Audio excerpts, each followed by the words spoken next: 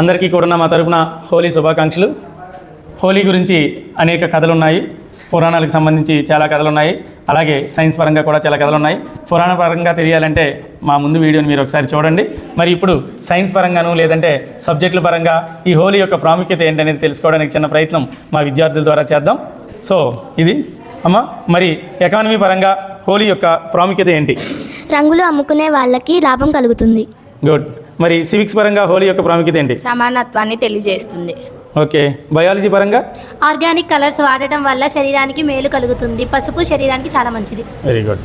మరి according to physics 7 రంగులు కలిసి తెలుపు రంగుగా మారుతుంది. దీనిని డిస్పర్షన్ అంటారు. Okay, good. కెమిస్ట్రీ పరంగా ఆర్టిఫిషియల్ రంగులు వాడడం వల్ల మనకు అనేక రకాల జబ్బులు వస్తాయి. ఓకే, యాసిడ్స్ లాంటివి ఏమైనా కావచ్చు. మ్యాథ్స్ పరంగా రంగులు కొనడం వల్ల డబ్బు యొక్క విలువ తెలుస్తుంది. ఓకే, డబ్బులు మారకం విలువ లెక్కలు తెలుస్తున్నాయి మనకి.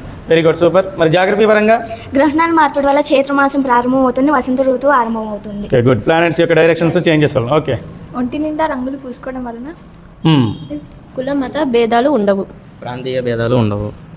మనుషులందరూ ఒకటే అనే సమానత్వం తెలుస్తుంది.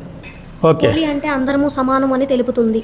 వెరీ గుడ్ అండి. సో హోలీ వెనకాల సబ్జెక్టుల పరంగా చూసుకున్నా సరే, సైన్స్ పరంగా చూసుకున్నా సరే, దీని వెనకాల ఇంత మంచి ప్రాముఖ్యత ఉంది. వాస్తవానికి భారతీయ పండుగలు అన్నీ కూడా ఇలాగే ఉంటాయి.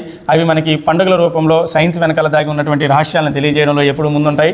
అలాంటి ఈ పండుగల్లో మన హోలీ పండుగ కూడా ఒకటి అవ్వడం, ఈ రంగులు జల్లుకొని అన్ని రంగులు కలిసి ఒకే రంగుగా మారడం అనేటటువంటి ఒక విషయం ద్వారా మనుషులంతా ఒక్కటే అని చాటి చెప్పడం ప్రపంచానికి అనేది, యుద్ధాలు జరుగుతున్నటువంటి ఇలాంటి తరుణంలో ప్రపంచానికి శాంతిని తెలియజేయడంలో ఇలాంటి పండుగలు అందరినీ కలిపి ఉంచడంలో ఎంతో ప్రాముఖ్యతను సంతరించుకుంటాయని తెలుస్తుంది.